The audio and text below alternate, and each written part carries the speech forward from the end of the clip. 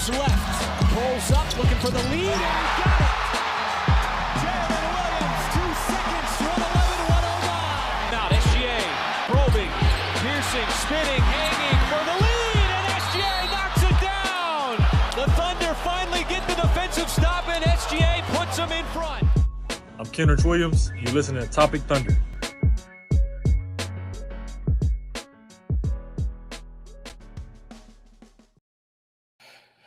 And welcome back, everybody, to another edition of the Top Thunder podcast. I'm your host, Dylan Hunsinger at Thunder Chats. We're part of the B-League Network, and this podcast is brought to you by the good folks at FanDuel Sportsbook. I was about to say, I'm joined by a black screen today, but as you can see, rejoining the pod after a little bit, we've got Alex Roy. Alex, how you doing, sir?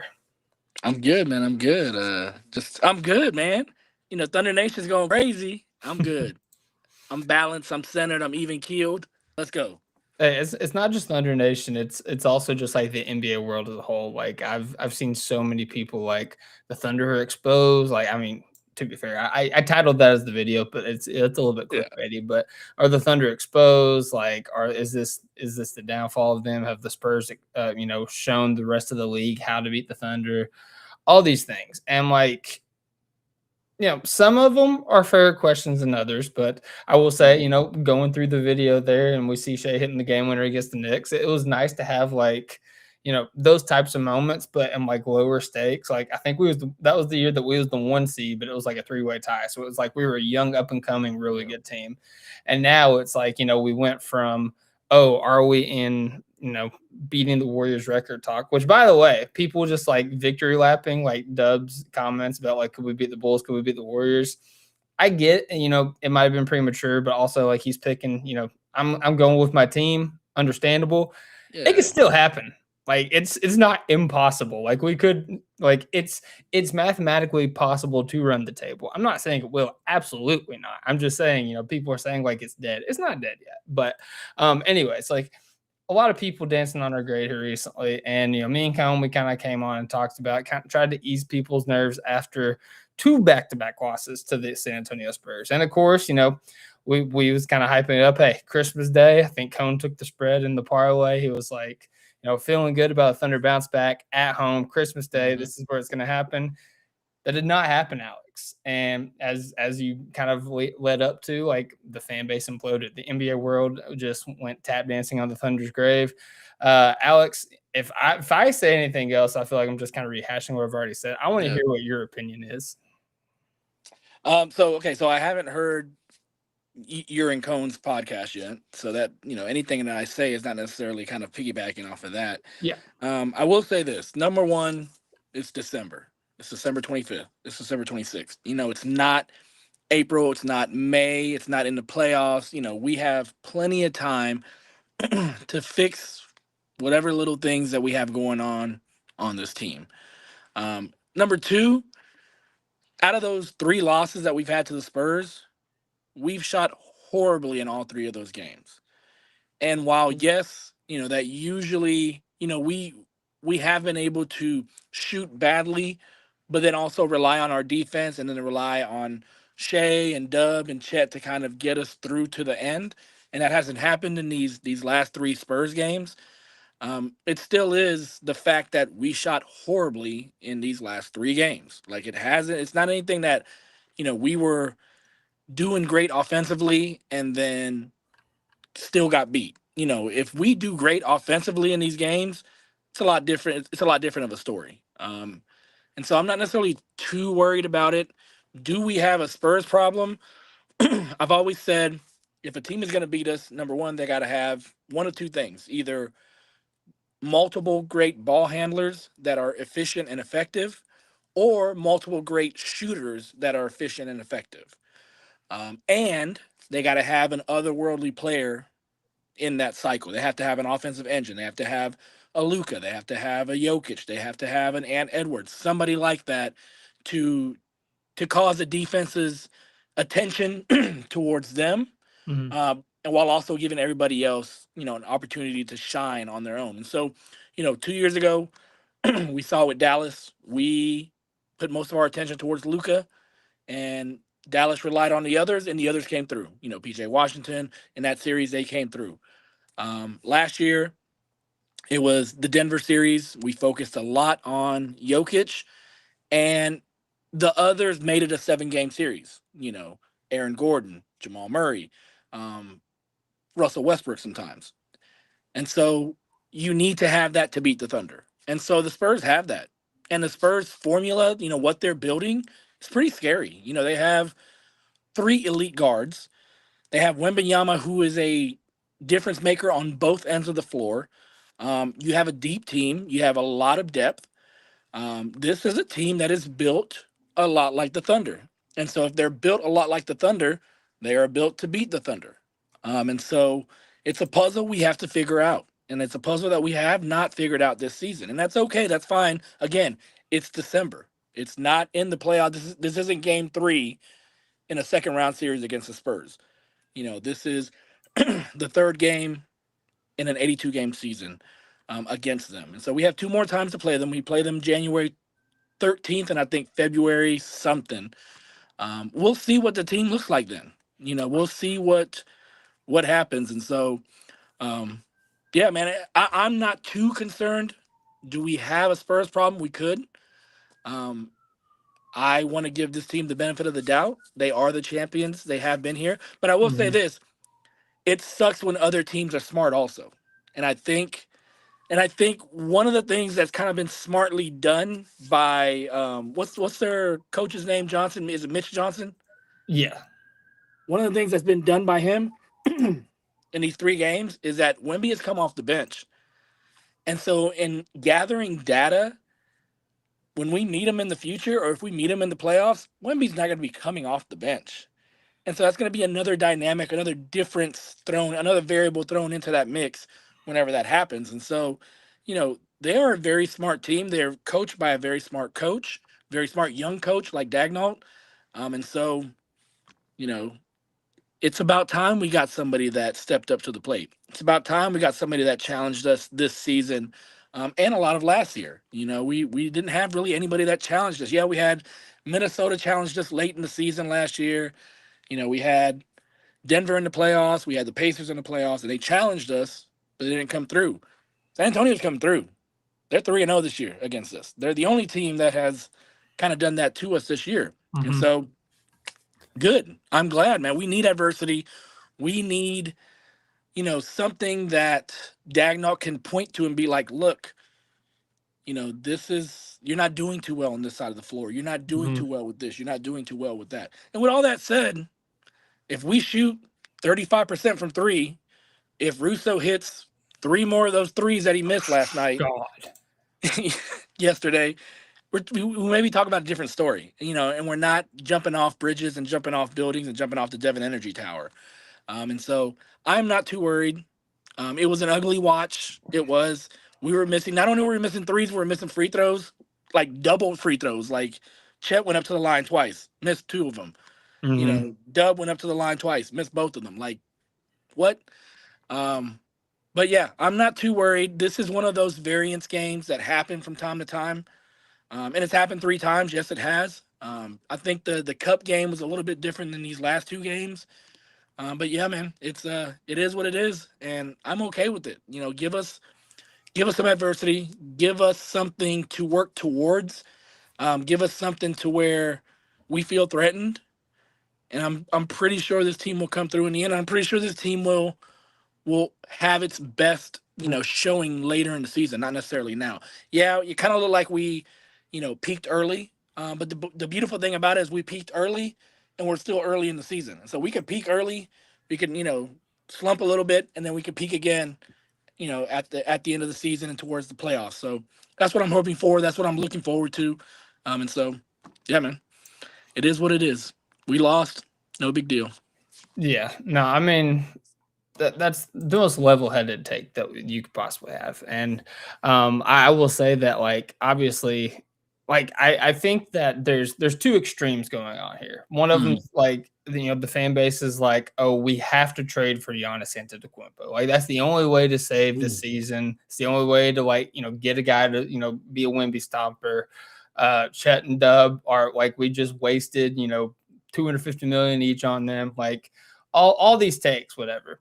And, like, get Shea a second stop. And then there's the other side that's like, stand pat, do nothing, like it's not even like making him move. It's just like making adjustments, like to rotation or like to, yeah, I mean, mainly just the rotation, because like I think that's one of the big frustrations, because something that's been present in mind the past couple of games is we didn't have AJ Mitchell, and AJ Mitchell, as we have seen, has been very important for this team in terms of a guy that can not only create offense for the team, but also create offense for himself and create and get a shot anywhere he wants. Like he's been an automatic paint touch since he's been in the league.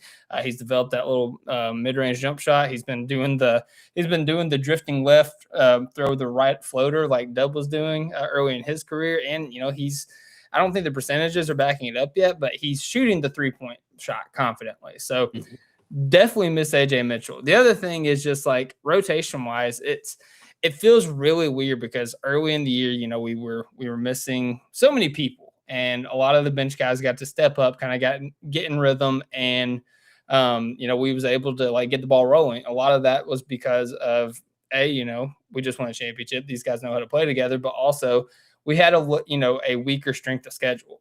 Now two things are happening. Our strength of schedule is picking back up, and we're trying to reintegrate guys that have been hurt and that aren't in rhythm and aren't in sync with the team, as they have in the season. And, we've seen bright spots with Dub, and we've also seen really low spots with Dub. Like Christmas Day, it looked like I was putting out the Santa propaganda. I was like, Santa's coming, climbing up the ladder and coming down the chimney. I'm like, I think he had 10 points in the first quarter. It's like, okay, Dub, like this is what we need. We need somebody to step up with Shea. He finished with 12 points. Like you're not going to win if Dub has 12 points. Specifically like 2 in the fourth quarter. Chet, like I don't know what it is about Wemby. I think he's hurt. Spurs. You think he's hurt? I think he's hurt. I think he's back. He never really got a chance to sit down and take care of that back, and he's always falling, so he's always landing on that back. So it's not really a recipe to get better from a back injury. And so I think he's hurt. He's not injured. He's hurt. Yeah, I guess. Because I put out a tweet. I was like, what happened to this Chet? And it was the last time that we played the Spurs last season. Like the first 2 plays back to back, he blocked a Sohan. I think he blocked a Wemby alley-oop, and then he blocked Sohan's rebound trying to finish it. And I was like, back to back. And it's like, okay, that's the Chet we need. Like, because it's very obvious. It becomes more and more obvious every game, no matter how much he wants to downplay it. Wemby hates Chet. He despises Chet. He really does. Like, he preys on his downfall. Like, I've never understood a player prey on his downfall. What the hell was that with that missed free throw? Yeah, he's like, twice now. Like he did it in the first matchup, and he did it in Christmas Day. Like he yelled to the heavens like he was getting food and he was starving. Like, yeah, what in the world was that? Yeah, it's wild, it has to be like nobody calls it out. It's a little bit ridiculous, and it's a little bit like grow up. I mean, honestly, like win something first instead of like 3 regular season games. It's like honestly, like, team wise for sure. Like, Chet was a big part of that championship. But like, if you're just talking about player by player, mano and mano, like Wemby, you're punching down. Like, I mean, let's be honest. Like Wemby he's a top 5 player when healthy at this point. And as much as we think of Chet, like Chet's ceiling right now in the NBA right now is like a top 20 player. So like, Wemby, you're punching down. Like, calm down. Like, just chill out a little bit. That'd be like Shea talking crap to, I don't know, Jordan Poole after hitting a step back 3 on him. Like that's or hitting a free throw. Yeah. Yeah, it's wild. But anyways, no. Yeah, that's the big thing is those 2 guys not stepping up, and then the absence of AJ Mitchell. But also, some of the rotational stuff, I put out the article about the changing of guard, so to speak, of Lou Dort and Casey Wallace. Of course, the very next game, Lou Dort came out, hit 3 big threes. And it looked like he was going to have that type of day, Christmas as well. I think he hit 2 threes in the first quarter or the first half. Don't think he hit another shot after that. Don't think he hit another 3 after that. Kaysen, to his credit, did not shoot as well. But I think, as I said, at the beginning of the podcast, Kaysen was able to catch rhythm because he was playing with the starters. He had a known role going into the game for much of the season. And even though he hasn't started for, I think, like 3 or 4 of the like 29, 30 games, whatever, his role has kind of been sporadic in that. So I think that if you gave Kaysen the starting job and he catches rhythm, I think that he can be a effective 3-point shooter. But also what I think is important with having Kaysen in the game from jump is he sets the tone even more than Dort does defensively, because Dort's a physical guy, but Kaysen is a guy that will take the ball from you. He will do it cleanly and he will create transition opportunities. And I mean, like the first game of the NBA Cup in the knockout rounds, we played the Suns. Like the Suns were all hyped up. Colin Gillespie was a guy that every podcaster was talking about. As soon as that ball is tipped off and it gets Colin Gillespie's hands, Kaysen Wallace says, I will take that, lay the ball up. From then on, the tone was set. Like the rest of the game was like set in that moment. And I wish that Kaysen would get more of that opportunity. And then the last thing, man, Isaiah Joe needs to play more. Just bottom line.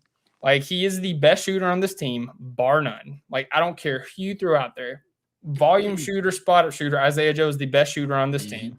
And he is so much more than that. He is a guy that can create for his teammates. He is a guy who rebounds. He is a guy who draws offensive fouls. And he's a guy that actually gets out there and plays defense, bodies up on defense. Like I am more and more impressed anytime I see Isaiah Joe on the floor. And then first, like you see it so many times, man.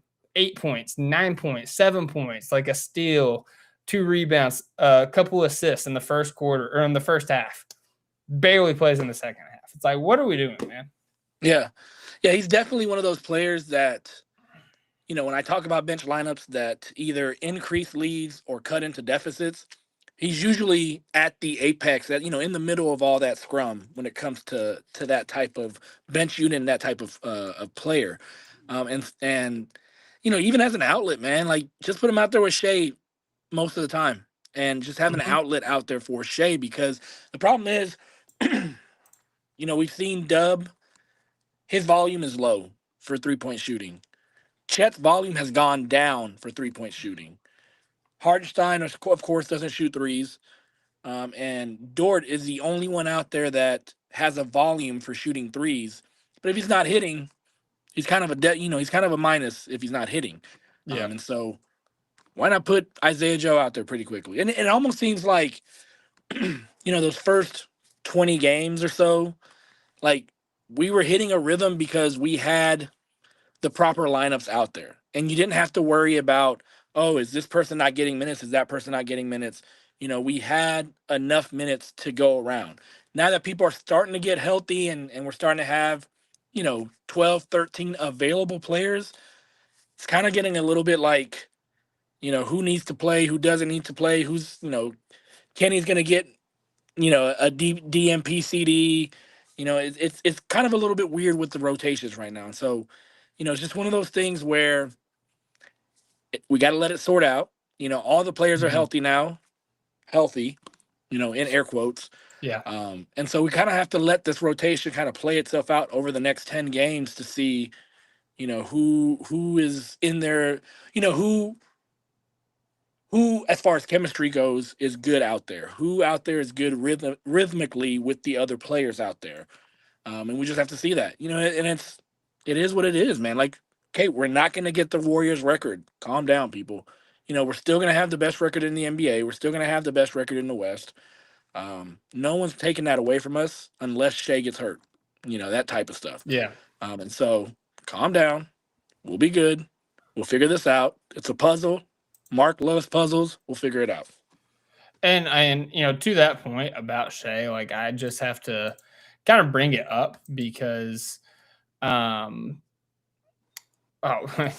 we got. I love that. Yeah, that's great. Thunder opponent now in jeopardy of making the playoffs. Yeah, we are still the 1 seed. Like it bears mentioning that we are still the 1 seed. But, yes, calm down. Talking about Shea, like obviously he's another guy that kind of started out, really hot. Like it looked like he was going to have a signature game there in the first half. In the second half, I think he shot like 2 of 10 or 2 of 12. I think I saw. And first of all, I just want to point out, I put this in the group chat. Take a look at Shea's feet and then take a look at his stat line. Those red shoes, man. I'm just telling you, I've been on it. Man. Yeah, I mean, you weren't wrong. You weren't wrong on that one. It's like he had this was his lowest scoring game of the season, right? 24?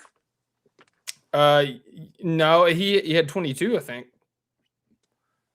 Well, I mean, regardless, it was a bad day at the Yeah. office. I think he had 23 earlier in the year, but yeah, I think 22 is the lowest in the season. But But I yeah, think 23 was because of he sat out the fourth quarter because we were blowing him out. yeah, that is true. Yeah, Yeah. this was the lowest in like a 4-quarter performance. But yeah, shot Mhm. 7 of 19, 1 of 6 from 3. So Yeah. I'm just like, even if it's not real, why tempt fate? Like, why? Just Like, put him why? away. Just put him away. It's Christmas is over. Put him away. It's like, don't tease the basketball gods, man. But yeah, no. So Stephen that Dolan will be obviously, disappointed in you right now. right. But I did see a TikTok that I actually reposted on my Twitter about this guy, talking about, the loss to the Spurs, the Thunder losing 3 times to the Spurs. And it goes to show you, exhibit A, like what happens to this team whenever your role players can't hit shots. And nobody was hitting shots. Like you mentioned, I could have strangled Alex Caruso on Christmas Day, man. Like that's how mad I was. Like it's just like, yeah, Alex, just shoot another one. Why not? Like I'm sure you'll make the next one. And then the 9th one, he finally made one for 9. Good for you. Yeah. Like at that point, nobody's guarding you. But hold Nobody on, but time out though. Yeah. We went through years and years of Andre Robertson, Terrence Ferguson, even Alex Abrinas, like just shoot the damn ball, Alex, shoot the ball, and they wouldn't after they missed like a couple. At least Caruso kept shooting.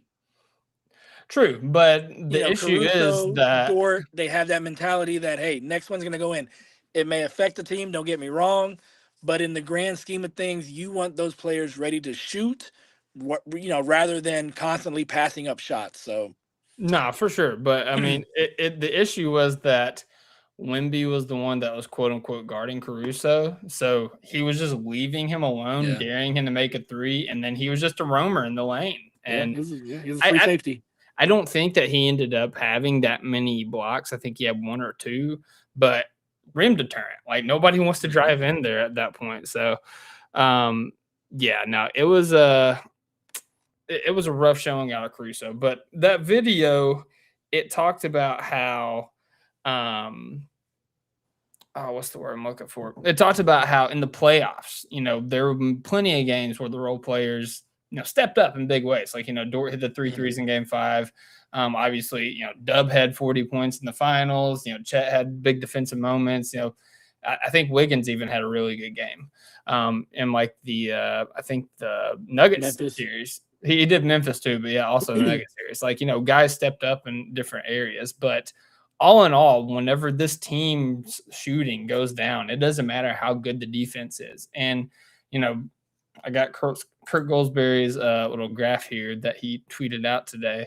The Thunder actually, in the past 10 games, our offense has dropped from 5 to 9, but our defense went from 1 to 2. So we did drop down a little bit, but we still have a really good defense in terms of defensive rating in the last 10 games. So even as good as your defense is, if your offense is not shooting well, then your offense is literally Shea, especially when Dub and Chet are not contributing offensively, is literally Shea. And like, if nothing else, that should put into perspective how crazy Shea's playoff run was and what he was able to accomplish in getting to the finals. Because yeah, he had help. You can't win a championship with one guy, but you talk about, oh, OKC has a super team, or like, no other superstar has this much help, whatever. It's like, you don't know the burden that Shea has offensively to like put points up. Like, yeah, the team's got a great defense. He is the offense. He is the engine. Like you were saying, the Thunder probably going to win the 1 seed. They're probably going to,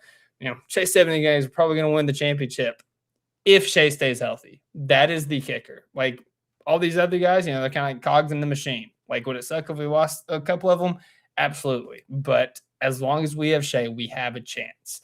And even in the fourth quarter of that game, and whenever like Shea realized his teammates were kind of failing him, they weren't knocking down shots, like he kept trusting him, he kept passing it to them.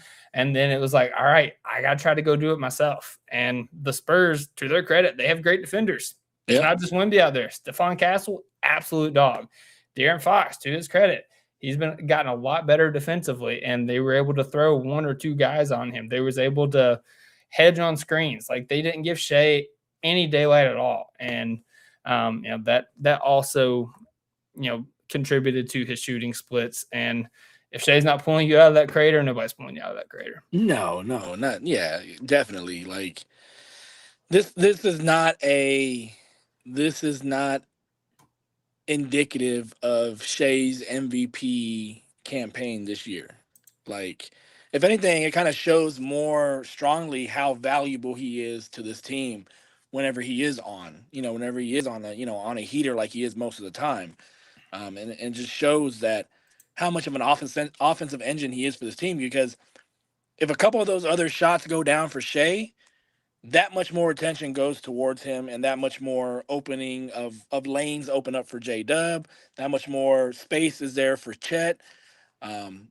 And so, yeah, man. I mean, I think it lends credence to how good of a player he is and how much the team depends on him for their success. And so, yeah, man. We saw him kind of struggle. We saw Jokic go crazy last night. Him and Edwards and so yeah, they hit his MVP campaign kind of took a hit over these last 2 weeks. It is what it is. We got plenty of season left. So I'm not worried, man. I'm not worried about that, but it does show how much SGA means to this team offensively. He is the offense, and it also shows how much Dub and Chet need to step up. Yeah. Nah, absolutely. Or AJ Mitchell. We can also put AJ Mitchell into that now. I think he is probably the fourth best offensive player on this team, and so we can definitely throw him in. Top four at least. He's probably going to position between 2 and 3 and 4. But yeah, definitely need him out there. Need him to stop running into brick walls sometimes and getting concussions. But yeah, I mean, definitely missed him yesterday. But at this point of the season, I'd say AJ Mitchell is our second best offensive player. I think so. I don't even think that's crazy to say because, I talked about it with Cone. You didn't see it as much in this Spurs game because this one was like a true blowout. But the second game, like down the stretch, the game, like Shai's over in the corner and Dub is literally just like going ISO fall away mid-range jump shots over and over again and just creating his percentages and like creating easy defense for the Spurs, get back out on rebound and score. And Chet, like I said, man, like he's just I mean, it sounds bad to say I hope he's hurt, but like I hope that is legitimately why he has played so badly. Because this isn't the Chet I know. This isn't the dog that I've seen out of Chet Holmgren in the past few years. Like he's going out sad at this point if he's not hurt. Because I mean he had 8 field goal attempts the first time we played the Spurs. He had like 10 the second time we played. I'm trying to see how many he ended up with in this one. He had 9 this time. So like we need Chet to be more aggressive. Like how many times have we said in the podcast, like the best Chet is an aggressive Chet.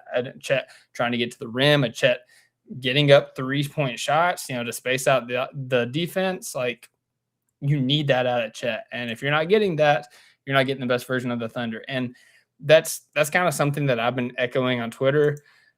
This isn't an excuse by any source of the imagination. This is just my analysis, something that I've seen and something that somebody in the comment says, Academic Athletic Freaks 4C says it is worrisome they've gotten out hustled. And this is a theme that I've seen in really the last 10 games, honestly, is, they're not playing with the same intensity. They're not playing with the same drive. They're not playing with the same passion. They're not playing with the same fun that they have been, in the first part of the season and last season and the season before that. Like you're not seeing Thunder basketball in these last few games. And I don't know what it is that has kind of turned that. I did see somebody said that, kind of going for the record and then realizing they're not going to get it kind of took the wind out of themselves. Like if that's the case, cool. Like just getting back to playing competent basketball, get back to playing your game. Like, create turnovers, get out in transition, play for each other, like pass the ball, make the right decision, like pick up dudes. Like that's one of the things that pissed me off the most is like the Spurs would pick up every ball handler full court. And like, you're not going to get still every time, but like, it's just a deterrent. It tires you out. It wears you down. It takes you longer to get into your offense. We stopped doing that. Like we used to do that. all in the beginning of the regular season. We would pick up guys full court all the time. Barely did it at all against the Spurs in any of the matchups that we've had. Like it's been weird. Like I don't understand it, but we just got to get back to playing our game. And I think, hopefully, Shea even said in the post game, like, we got to take a long look in the mirror. Like, I do think after he said the Spurs are the better team than us, I think that, that's just kind of something you say in the heat of battle. I think that's something that, you're giving credit to the team that just beat you. You're saying something to motivate your team. I don't think they believe that. I don't believe that. I don't think the Spurs are a better team than the Thunder, full strength. Yeah. I've even said in the playoffs, if we meet in the playoffs, I'm sorry, this is not your year. Like, we're moving past you one way or another. A, because they're not playoff tested, and we've seen how important that is. But B, we play our best basketball in the postseason. Now, as you said, this is December. We have a lot of time to get from here to then. We have a lot of time to figure ourselves out from here to then, and I believe we will. And that's kind of my message that I want to put out. Is we just got to get out to playing our game again. Here's another thing, and this is kind of like just me looking at the schedule. Is we went from playing a whole bunch of games in a row to start the season. Not games in a row, but not too much of a break in between to start the season. And we got into a rhythm. We won 16 in a row. And then the cup happened. And, we had 3 days off here. We played in the cup. We lost in the cup. Then we had a couple days off there.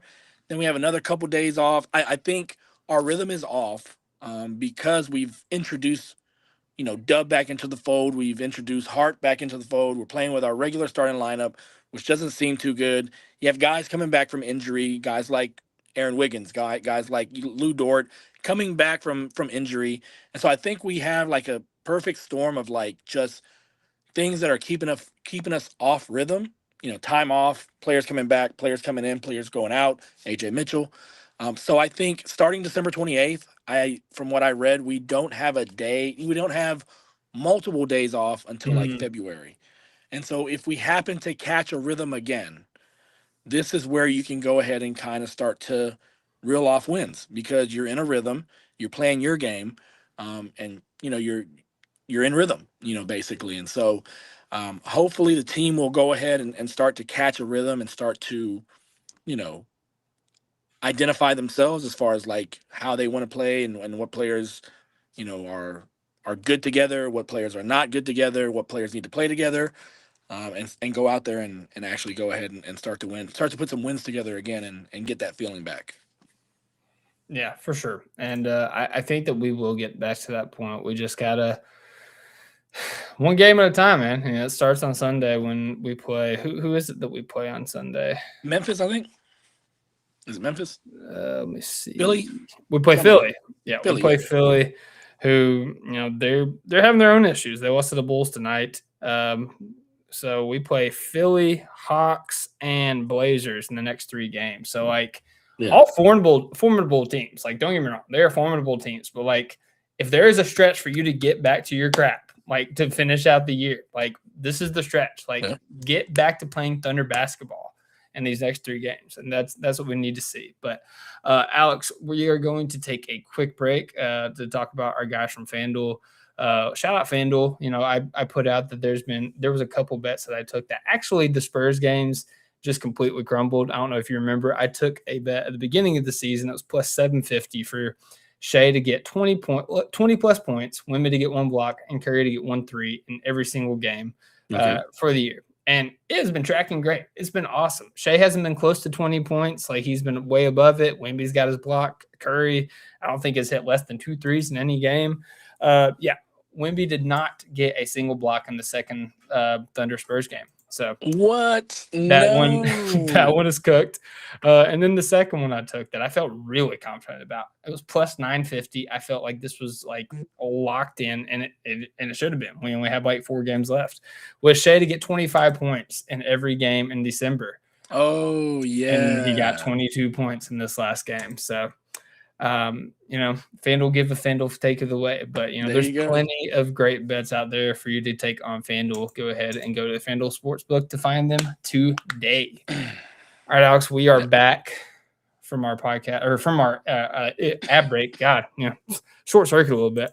I had a bunch of names that I can rifle at you. I think I'm going to save this for when we have more time to go through them because I literally have like a player from like 12 teams. I have like the bottom 6 from each conference, and I think Give me your top 5. I like this exercise.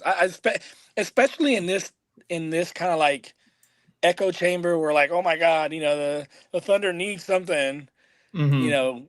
I think this is a good exercise for this time of year.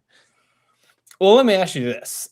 Do you think that the Thunder, if they are making a move, should they prioritize, or in what order would you prioritize? Star power, 3-point shooting specialist, creating your own shot, defense, or like, a jack of all trades type of guy? I mean, if you can get yourself a jack of all trade kind of guy, I'd take that number 1. Number 2 would definitely be 3-point shooting. Number 3 would be who'd you have? Star power and ball handler. Create your own shot. Yeah. Yeah, and then number 4 would be star power. Okay, so you're out on Giannis trades. No, I'm not. Hold on, but the cost has to be okay for us too. Yeah, I think the money wise, it would be tough at this point. It would. So he's making what, 50, I think. Yeah, something like that. And so we'd have to go we'd have to start with Hart and probably Dort and go from there. Or if you want to keep the big 3 together, type thing. All right. So one of the names that I actually threw out to Cone. This is a name that people have been throwing around for a little bit, and this is a name that I was very high on before this season. Let me guess. Trey Murphy III. Trey Murphy III. Yeah. There you go, baby. That's my guy too. See, I like Trey Murphy III, but listen, Cone. He's a Virginia Commodore himself. He's out on Trey Murphy. Really? Why? He just says that he thinks he's overrated as a defender, and he thinks that it's kind of like a beneficiary of the circumstances of playing for New Orleans. I don't know. Somebody has to score the points. Yeah, I like the idea of especially like a Trey Murphy, like off the bench type of guy, like a 6'7", 6'8", super athletic 3-point. Thank you.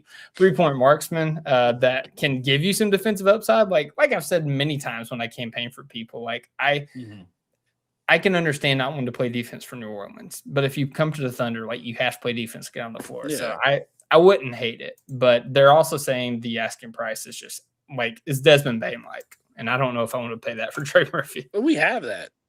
But that's the thing. We're not giving up our picks in 2032. We're giving up maybe a Clippers pick, or we're giving up one of the Denver picks from 27 or 29, or we're giving up one of those. So so as far as the asking price goes, I mean, if needed, if necessary, it's there. The only thing is he makes a lot of money, and that would kind of mess with our cap sheet.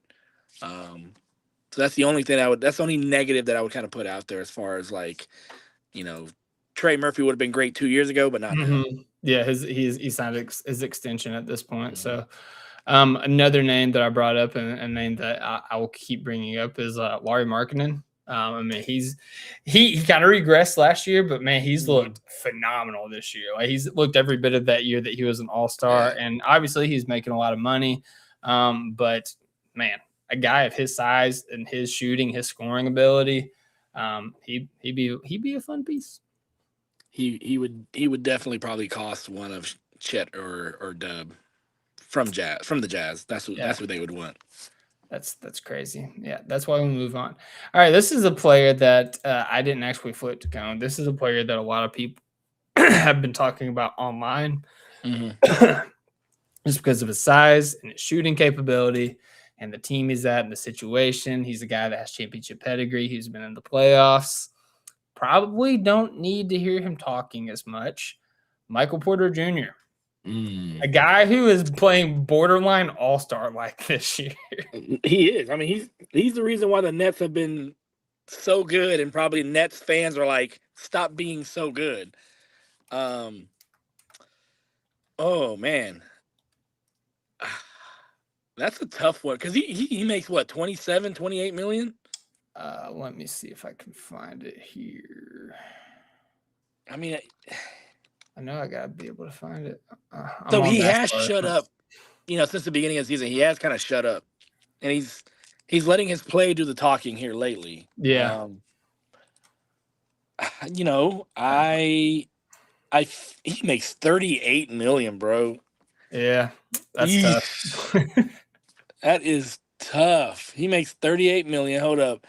And he has one more year left at 40. So he'll make 40 point, 41 million next year and 38 million this year. That is tough. But he is averaging, listen to I didn't even realize it was this crazy. He's averaging 28.2 points Mhm. on 49.1, 40.1, 81.5 splits on 10.1 3-pointers a game with 8 rebounds to boot. Wow. He, I mean, he's playing great. Don't get me wrong. He's playing great. on the court, he would help a lot. He's definitely a beneficiary of somebody has to score the points on that team. He's doing But it he's scoring efficiently, them. though. He's Yeah. scoring them, and they're winning. Yeah, I'm gonna pass, but I see your vision. Mm-hmm. Yeah, no, I definitely understand that. Looking at the Chicago Bulls, they have a little bit of a guard conundrum with Josh Giddey, of course, and now Kobe Yeah, let's bring him White's back. back. Well, yeah. Early in the season, they went on a run whenever Kobe White was hurt.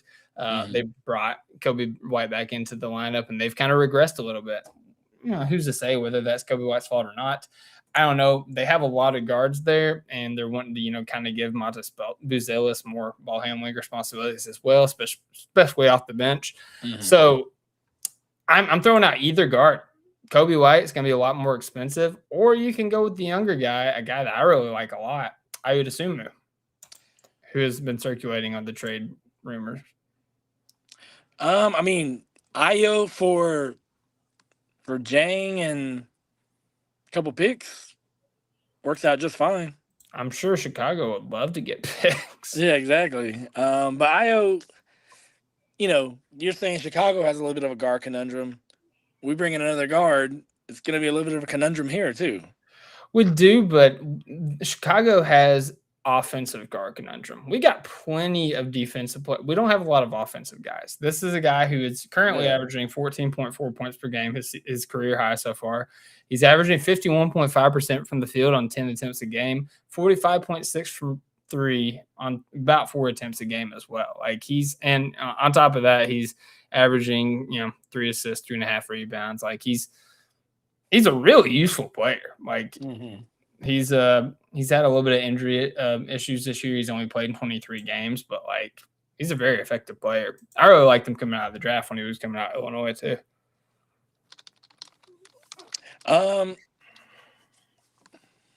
Yeah, I mean, I like Io, but he is coming up on his contract extension, and then we also have Casey Wallace coming up on his contract extension. So true. I think that kind of, again, punts him out the picture a little bit because of that. No, that's fair. Other name I have, this is a name that I kind of threw out a lot whenever he was at Utah last year. This is a name that actually a few people have thrown out there. Colin Sexton. And I still think it makes a lot of sense in terms of the type of player that he is. Averaging 15.4 points right now. He's shooting 37.3% this year as opposed to his 40.6 last year. But it's on fewer attempts because again, you talk about offensive heavy guards. Charlotte's got a million of them. He's coming off the bench, but he's the guy that he's averaging 4.1 assists on top of all that. So I mean, Colin Sexton, this guy gives you rim pressure. Is the guy that can give you shooting. He gives you a lot of the offensive things. I'm giving you a lot of guys that can create their own shot here. So what do you think about Colin Sexton, the young bull, as they call him? I've always had a love-hate relationship with Colin Sexton. I feel like like he has all the tools to be a good NBA player. I just don't think he has the IQ to be a good NBA player. And I think on this team you have to have a high IQ. Now, with that said, he's been in the league for like 6 years now, and so Mhm. he's been able to gain knowledge throughout those years, and so anytime he goes in there, he impacts the game. But again, he's making 19 million. To make that work, you're gonna have to probably give up Jang plus Isaiah Joe. So I don't know if Colin Sexton is worth giving up Isaiah Joe, because I'm Yeah. pretty sure Charlotte would love Isaiah Joe. They might throw a first round pick at us just to go ahead and do that trade. But yeah, I like Colin Sexton. Like, here's the thing, and here's it's anytime you talk about trades with the Thunder, it's gonna suck talking about trades with the Thunder, because the Thunder have all their guys locked in. They have all their guys locked up. Yeah. And these are the same guys that helped them win a championship. And before 2 weeks ago, we were looking like we were going to lose another game with all those same guys in tow. Yeah. Last 2 weeks, we stumbled. We've taken our bruises, taken our bumps, and we look like, oh no, we need to do something to change. I don't necessarily think we need to do anything to change as of right now. The shooting will sort itself out. It always does. There's ebbs and flows to the season as far as shooting goes. And so it makes it very difficult to come up with a trade for an impact player without you giving up one of your impact players. And so the Thunder probably aren't going to do that. Now, we are heading into an offseason where, we may see some change as far as like Hartenstein, Dort, Kenrich Williams. They're all coming up on player options, on team options. And so it's a lot of decisions to be made. And so maybe the trade market helps them make a decision for them. Like maybe they trade one of those guys, which I doubt. But it's very difficult to come up with a good trade scenario for this team without taking into account the fact that it's the same team that won a championship last year, and that was looking like, the 73-9 Warriors 2 weeks ago. So, All right, I have 5 quick names. I think 5 or 6 quick names to throw at you, rapid fire. Quick as you get through them. These are not pie in the sky. These are all guys that have kind of been rumored to be available, except for one. But yeah, just humor me on this. So, all right, first of all, staying with the Eastern Conference. Let me go back to the Eastern Conference. This is a guy that I was kind of surprised is still available. I don't know how available he is, but the rumors are saying he is. Derek White of the Boston Celtics. I know he makes a lot of money, but he is a productive player. He's a guy who was literally 10th from the DPOY voting last season. Yeah. And he's a guy that, can spread the ball around. He's a guy that can, again, play defense, championship pedigree. He's a guy that, came up in the Celtics system. Like, he's a guy that knows basketball, knows how to play basketball the right way. I don't know what they would want for him. I imagine they would want, some pick compensation to maybe a young player, but another reason you would want him is that is a player that the Houston Rockets are possibly, targeting as well. So, you can keep him out of the enemy's hands. Keep him out of there, yeah. Derek White, again, makes too much. Would love him in the system. I think any Boston player works in this system. Any San Antonio player works in this system, I think. And so I would have loved him in this system when he was a little bit cheaper. But he's making good money now. He's earned his, what is he making right now? He's making $28.1 million, and that's on the first year of a 4-year contract. So, yeah, he's how old is he? 31 years old. It feels a lot like Caruso, where we signed him knowing that probably at the back end of that contract it may be a little bit rough. And so I think Derek White, at the back end of his contract is going to be a little bit rough also. So I would have loved him years ago, but not now. Yep. Yeah, we did make that move. Similar vein, Drew Holiday of the Portland Trailblazers, also making a lot of money, also a very productive player, also a really good defender, also championship pedigree. He is coming off of injury technically. Like, he's still listed as out, but who knows how, actual injured he is, or if the Blazers are just trying to get young guys in there. But he was very productive early on in the season. I think he had 8.1 assists per game before he went down to injury. So he was part of the reason why we lost our first game. Yeah. He He went was crazy the shooting. reason, actually. Yeah. Yeah. I'm gonna say no. Yeah. Again, And too old. He's 35. He's making 32, million. He's got 2 more years left on his contract after this year. So I'm out. same thing with Jeremy Grant. Also, very productive player. He's played with the Thunder. Will give you some size and some scoring and some shooting. Makes so much money. I can't believe they gave him that contract. That's so I know. crazy. What about, and I know this is blasphemous if you're a Portland fan listening to this, but Denny Avdia. Like, what would you throw to get Denny Avdia on this team? I don't even know. What's he making? What's his contract look He's like? 14. His contract is the most beautiful thing in the world.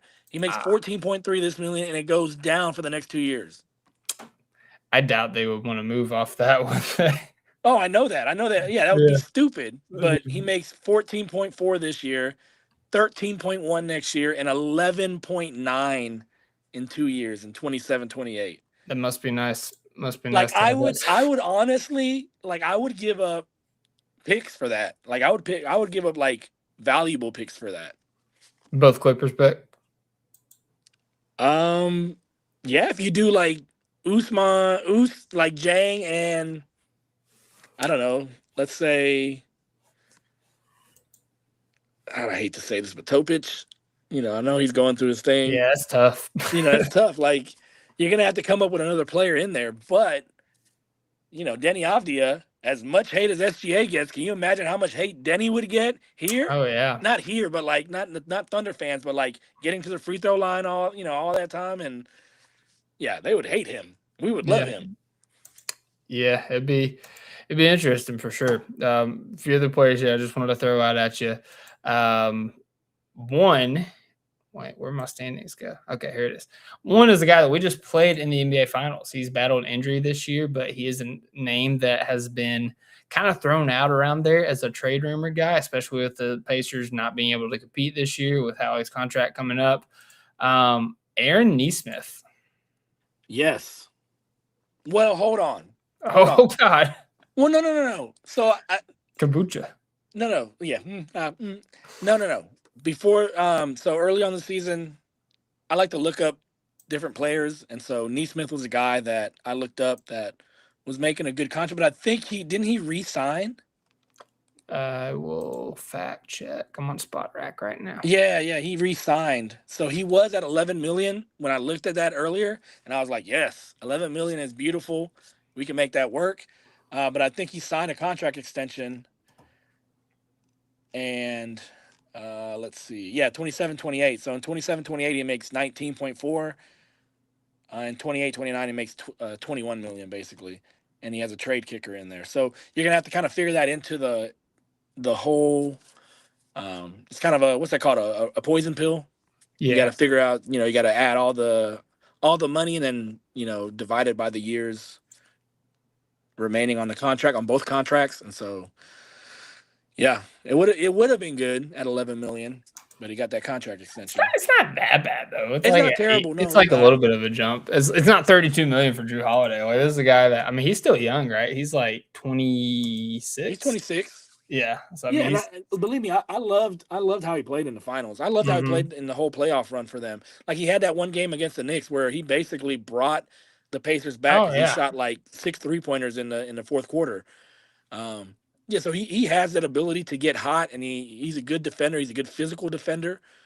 I think he would work well in this system. So this would definitely be the kind of player that I could see if you're gonna make a move, you're gonna get somebody in here, and I could probably put Isaiah Joe in here because he's also a pretty good 3-point shooter. I'd be okay with Nesmith. Yeah. And he'd be a guy that I would like. Obviously, all the reasons that I've said for all the reasons that I like people. He's like great value Trey Murphy III. Honestly, like he's a winning Trey Murphy III. Yeah, exactly. Yeah, there you go. But also there's a couple more names. One of which is a name that I don't think is available, but they do have a lot of guards. They have a lot of young players. Who knows what's going to happen there? There's rumors that they might be trading somebody, so he might not be available. But if he was available, we should get him. And I've been campaigning for years. Nickeil Alexander-Walker, come on down, please. Perfect play. Please. I know he makes like 20 million now, right? I don't Like, even care. I don't even care. I would love that. I think Nikhil would be great on this team. I think he would be, that one player that you could probably like get in there and he just meld in just right on this team. Hmm. And he's Shay's cousin. Like, what more could you ask for? If you got Shay's cousin on the team, you could probably trade Blue Door and he'd be okay with it. Probably. Canada might be, they might have an issue, but yeah. Oh yeah, they'd be super hot about it. And then the last guy I have, a guy that's having a resurgent season, is a guy that can definitely create his own shot, that can create for his teammates, can also rebound the basketball. Has actually shooting the best of his career from the 3-point line this season. Uptick in defense. He's played in Oklahoma City before. Fans want him to come back. Plays in the Western Conference for the worst team in the Western Conference. Russell Westbrook.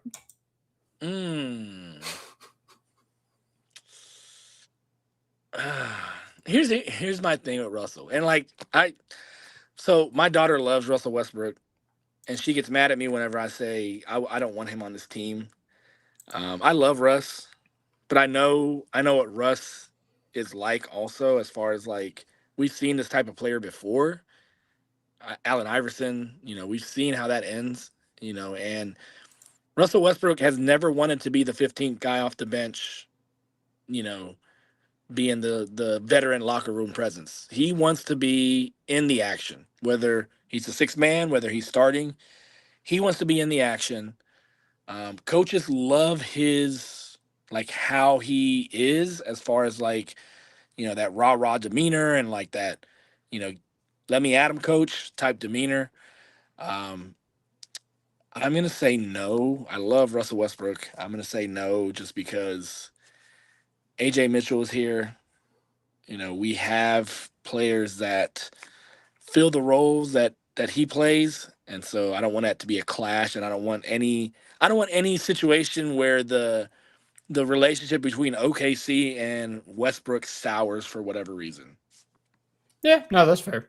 I was just thinking, a guy that, I mean, especially at this point of his career, like I think he's shown the willingness to come off the bench. Like, signing Yeah, with the yeah, yeah. Kings is like the last ditch effort. Like he came off the bench until it was like very clear, like, oh no, we need him in the starting lineup. Like he's kind of our best option here. And obviously, I don't think that would be the case in Yeah. OKC, but he is a guy that, man, you talk about having Russ Case and then Caruso come off the bench, the energy that would come from that Oh, I know. lineup, would be absolutely nuts. And, we talk about the effort and how much it seems like these guys haven't cared as much these last few games. That would not be an issue with Russell Westbrook on the team. I don't know. But here's my thing. Yeah. So you talk about Russell Westbrook. You can also talk about Chris Paul, in there.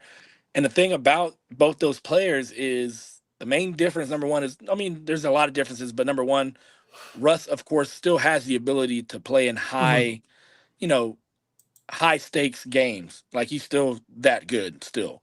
But Chris Paul, on the other hand, Chris Paul may want to play, but he knows that he doesn't have the artillery to kind of be like, hey, I need to be out there. Like, he knows that his time is coming. This is his last season. And so he is more probably better at saying, hey, I'll be the 15th guy off the bench. I'll be the veteran off the bench. I'll be that locker room presence. Whereas Russ won't. And so this is where I think if you're going to go towards a older point guard, I think it's more Chris Paul than it is Russell Westbrook.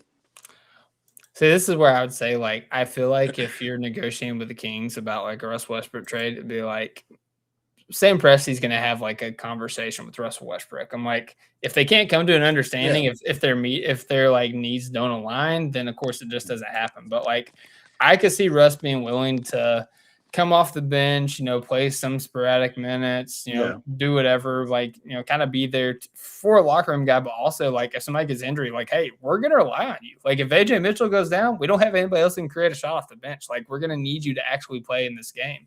So also all that, and just to be hey, you went off, you tried to win a ring in these other places. We just won a ring, come home, help us win another one. I think that there would be a lot of appeal for that. And you talk about reinvigorating the fan base. That's kind of obviously, like, they're spoiled at this point. We won a ring. We're still number one in the West, and like we're freaking out because we lost to this team 3 times in a row. But you talk about like reinvigorating a fan base that's just kind of like spiraling at this point. Bringing in Russell Westbrook would be a fun point. And once again, this is where we get to the point of these last 2 weeks have not been perfect, but this team is okay. Like, we don't need to spiral downwards. This isn't, we don't need to call the suicide hotline. Like, we are okay. Like, okay, we're not a perfect team. Okay, we're probably not going to get the Warriors record, but still probably the best team in the league. Definitely probably the best team in the West as far as the cushion that we've given ourselves. It's okay, people. It's okay. We don't need to bring in Russell Westbrook to calm this down. Like, we'll be okay. Would be fun, though. I'm just saying. It would be fun. But anyways, yeah, so there you go. Alex would bring in Aaron Nesmith. He would bring in Giannis. He would bring in Trey Murphy. He would bring in – who's the other guy? Calm down there. Who's the other guy I said? I don't even remember. Oh, Nikhil, obviously. Nikhil Alexander Walker would be number one with a bullet. Like, just bring him in. Let's make it happen. But actually, Jalen Johnson would be number one with the bullet. That's a different conversation. Anyways. But, yeah, I'm with you, man. Like, obviously – I think changes need to happen, like with the rotation. Like, I think that we need to try different things. I don't think that you can just like see what's happened these last few games and just like think it's going to work itself out. I think you need to, like Shay said, look yourself in the mirror, address the issues, and get back to playing your brand of basketball. I don't think that, we should blow it up or, trade a million things for Giannis or anything like that, because I think that it's not a perfect fit with Giannis. As fun as it would be, it's not a perfect fit. And who knows that he even wants to come here. That was like one of the big things that Cone kind of said in the last podcast. But just take a breath. We got a couple of days off until Sunday now. We play the Sixers. The Sixers on Sunday. Again, they are a formidable team. They're a team that can beat us. But if we are playing Thunder basketball, we should be able to win this game. Going away. It's a 2:30 game. Okay. Oh, no. Well, it's an early Sunday game. Never mind. Forget everything I said. We're losing again. Wrap it up. We're spiraling. But, yeah, we'll be back to talk about this game and also the game that we played directly afterwards, which I already forgot who that was. It's the Hawks. The Hawks. We played the Atlanta Hawks. Nikhil Alexander and it's Walker. back-to-back. It's back-to-back. It's a home back-to-back. It's another back-to-back at home. We'll be back to talk about that back-to-back on Tuesday, the next time we podcast. In the meantime, like the video, subscribe to the channel, hit the notification bell so you don't miss out when we go live. Comment down below what player you think the Thunder should trade for, what your panic meter level is, and whatever. We appreciate the support you guys have been giving us. Last video that me and Cone did awesome numbers. Keep that up. Make this video blow up as well. And we appreciate your all support so much. Hope you all had a great Merry Christmas. Look forward to Happy New Year. Take it easy. Have a great night. God bless. Hope when you can.